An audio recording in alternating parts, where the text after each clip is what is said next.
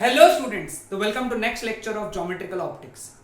इस लेक्चर में हम लोग प्रिज्म के बारे में बात करेंगे, उसी का डिस्कशन शुरू करेंगे। तो आज का हमारा पहला टॉपिक है प्रिज्म। प्रिज्म क्या होता है? प्रिज्म और पिरामिड में लोग कंफ्यूज करते हैं ना। प्रिज्म और पिरामिड में मैंने अक्सर बच्चों को कंफ्यूज होते देखा है। प्रिज्म वो चीज है जिसका सामने का और पीछे का फेस ट्रायंगुलर होता है और तीन फेसेस जो बच गए वो रेक्टेंगुलर होते हैं। ओके, जो तुम झोपड़ी बनाते थे ना बचपन में, घर के ऊपर झोपड़ी, उसको हम लोग प्रिज्म कहते हैं।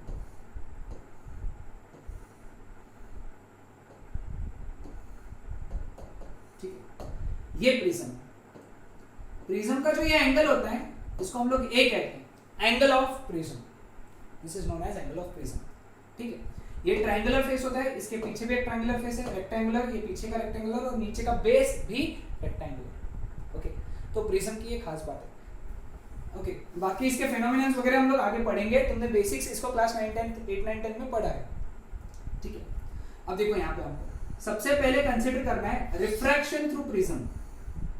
रिफ्रैक्शन थ्रू प्रिज्म, ठीक है, ये एक प्रिज्म कंसीडर किया, सामने का ट्रायंगल है ऐसे समझ लो, है ना, इसका ये एंगल ऑफ प्रिज्म।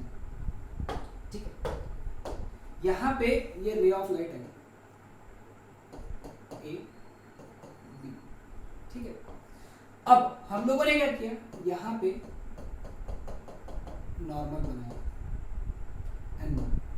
ठीक, अभी क्या होगा, ये रे ऑफ लाइट बेंड होगा, it will bend towards a normal. Okay, तो ये ऐसा बेंड होगा। ओके, ये एंगल ऑफ इंसिडेंस है R, ये एंगल ऑफ रिफ्लेक्शन है R1। मैंने इसको R1 कहा। ठीक है, सपोज इसका रिफ्रैक्टिव इंडेक्स है। अब ये रे ऑफ लाइट आगे बढ़ी, इसका वापस से इस पॉइंट पे रिफ्रैक्शन हुआ। ठीक है, और ये रे बाहर आ गई क्योंकि वो डेंसर से रेयर में जा रही है, तो bends away from the normal, बाहर आ गई। और ये एंगल को मैंने बोला एंगल ऑफ इमर्जेंस, और इस केस में इस एंगल को बोला मैंने R2। ये डायग्राम बहुत इंपॉर्टेंट है, अच्छे से ड्रॉ करें। ठीक है, क्लियर विद दिस? ना अब हम लोगों को इसके अंदर बहुत सारे एंगल्स की बात करनी है, बहुत सारे एंगल्स की। ओके, वो एंगल्स क्या क्या है मैं बताता हूँ। सबसे पहले हम लोग बात करेंगे एंगल ऑफ डेविएशन के बारे में, लेकिन उसको समझने से पहले हम लोग R1 R2 और A के बीच का रिलेशन निकाल देते हैं। ये स्टार, सॉरी ये क्रॉस और ये डॉट है ना, ये दो एंगल्स दिख रहे हो तुमको। मैं उसमें खिचड़ी नहीं करना चाहता हूँ, इसलिए मैंने डॉट और क्रॉस बताया। क्रॉस जो एंगल है ना, ये हो गया 90 minus R1, 90 degree minus R1, और डॉट जो हो गया वो बन गया 90 डिग्री माइनस R2। ठीक है, अब ये जो ट्रायंगल दिख रहा है, मैंने नाम पूरा नहीं किया, C और ये D, ओके, और इसको बोलेंगे P। PBC, ट्रायंगल PBC में तीनों एंगल्स की सम कितनी 180 डिग्री होनी चाहिए, यानी A plus 90 minus R1 plus dot वाला एंगल यानी 90 degree minus R2, that will be equal to 180 degree.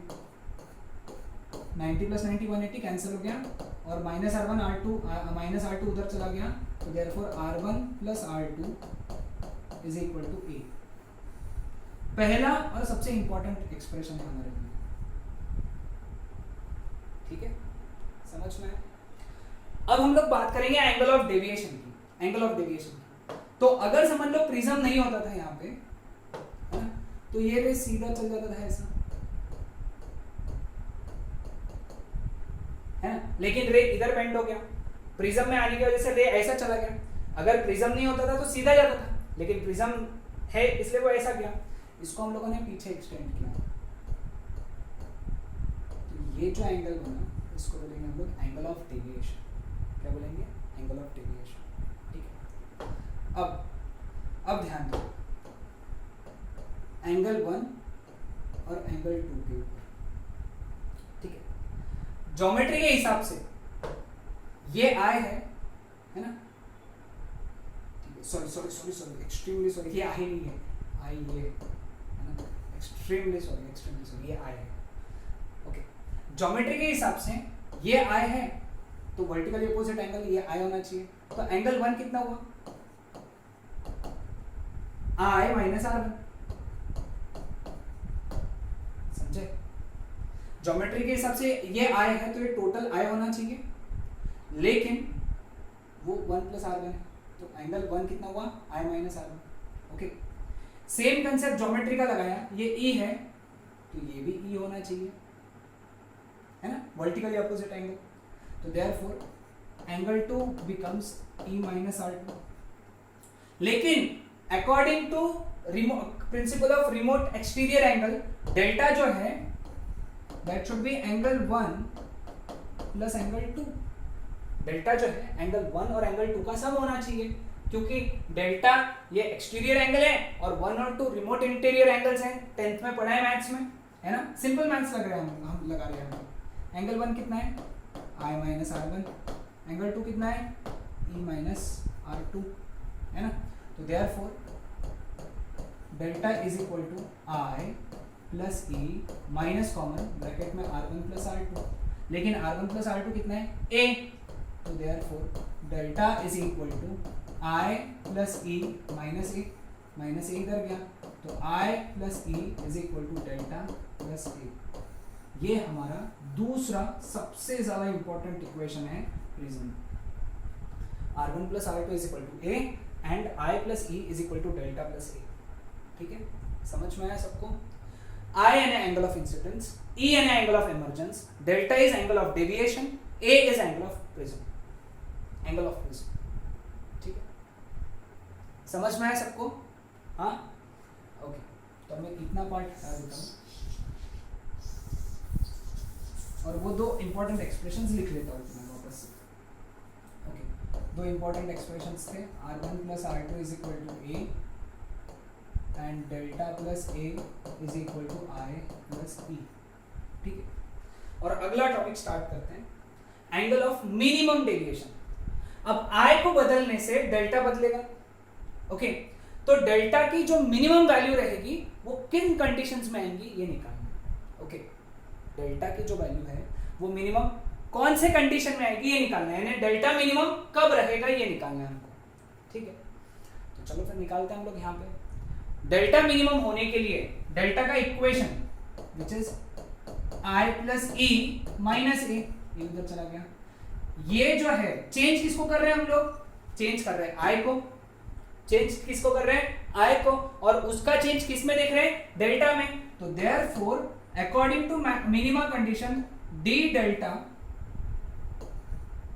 upon di should be equal to 0 and the derivative of delta with respect to I should be 0। ये condition है, ये याद रखना पड़ेगा, क्योंकि change और कौन हो रहा है? I। मिनिमम किसको ला रहा है? डेल्टा। तो डेरिवेटिव ऑफ डेल्टा निकलना विथ रिस्पेक्ट टू I, जो चेंज हो रहा है उसके विथ रिस्पेक्ट में डेरिवेटिव निकलते हैं। मैंने मैक्सिमम और मिनिमम में तुमको समझाया है मैथमेटिकल टूल्स, नहीं याद आ रहा है तो याद कर लो। अब इसका अगर डेरिवेटिव लेंगे तो क्या आएगा? देखो, I का डेरिवेटिव 1 क्योंकि I के रिस्पेक्ट में निकाल रहे हैं, E का derivative DE by DI minus A तो कांस्टेंट है, A तो कभी चेंज नहीं होने वाला है, I चेंज होने से डेल्टा चेंज होगा और E चेंज होगा, A कभी चेंज होगा क्या? नहीं, मतलब A कांस्टेंट, A का डेरिवेटिव 0, 1 उधर चला गया तो DE upon DI is equal to minus 1, इधर चला गया तो DE is equal to minus DI is equal to minus DE लिखेंगे हम लोग, इसको इंटीग्रेट करेंगे दोनों साइड को तो I is equal to minus E, है ना। ये आया कंडीशन। ओके, माइनस इसलिए आया क्योंकि ये इधर चेंज होगा तो ये इधर चेंज होगा, दोनों का रोटेशन अपोजिट सेंस में, इसलिए माइनस आया। मैग्नीट्यूड वाइज अगर मैग्नीट्यूड कंसीडर किया तो जब I is equal to E होगा तब डेल्टा मिनिमम हो जाएगा, delta is equal to delta minimum. Okay, clear? ये बात ध्यान में रखना, बहुत इंपॉर्टेंट बात कही है मैंने। जब angle of incidence is equal to angle of emergence होगा तब जाकर जो एंगल ऑफ डेविएशन है ये मिनिमम होगा, ये कंडीशन है। अब अगर I और E सेम है तो R1 R2 भी सेम ही होना चाहिए क्योंकि इक्वेशन ही वैसे लगते हैं। तो therefore R1 is equal to R2, ये भी एक कंडीशन हो गई किसकी, डेल्टा मिनिमम की। यानी जब R1 is equal to R2 रहेगा तब जाकर एंगल ऑफ डेविएशन भी मिनिमम रहेगा। अब R1 is equal to R2 है, सब्सटीट्यूट कर देंगे यहाँ पे, तो R1 प्लस R2 की जगह R1 is equal to A, therefore 2R1 is equal to A, therefore R1 is equal to A by 2। याद रखो, ठीक है।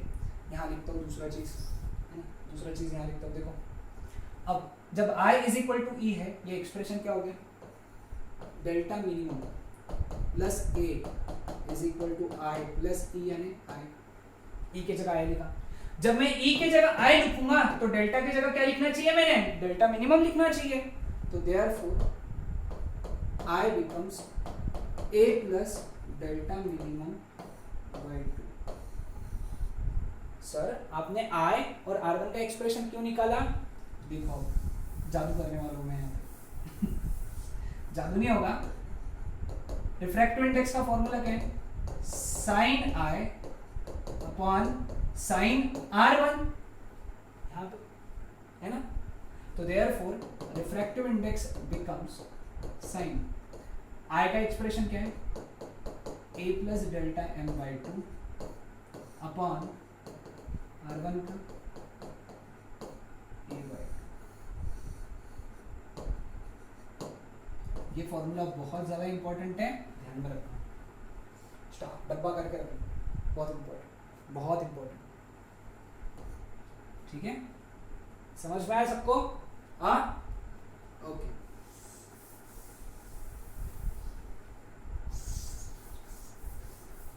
ना चलो अगला टॉपिक पढ़ते हैं हम लोग अब, है ना।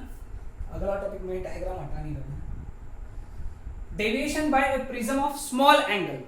सारे एंगल अगर स्मॉल है तो उस केस में डेविएशन का फॉर्मूला, ये फॉर्मूला तो इसके बाद का जो वीडियो आएगा ना उसमें बहुत यूज होगा, बहुत यूज होगा। तो जितने अच्छे से इसका फॉर्मूला इस लेक्चर के इस टॉपिक के एंड का जो फॉर्मूला आएगा ना, जितने अच्छे से याद हो सकता है याद कर लेना, ओके।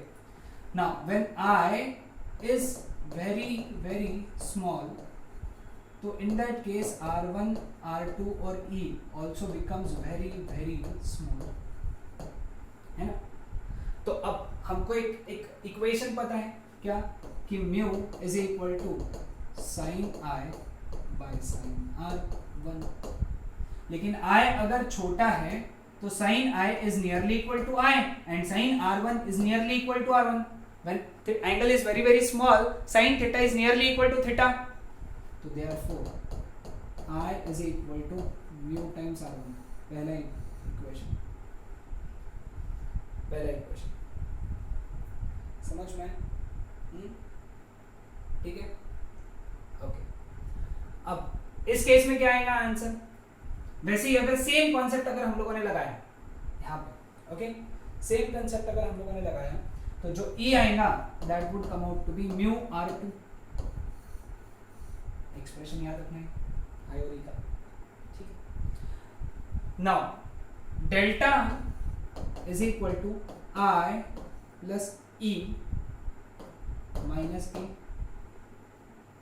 है ना, I plus E minus A, delta का फॉर्मूला अभी डिराइव किया था हम लोगों ने।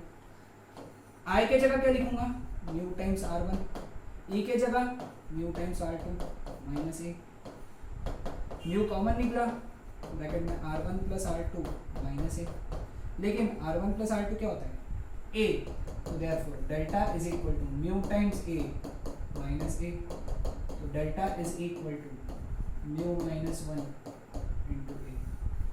So this is the formula for deviation for prism of very small angles, है ना।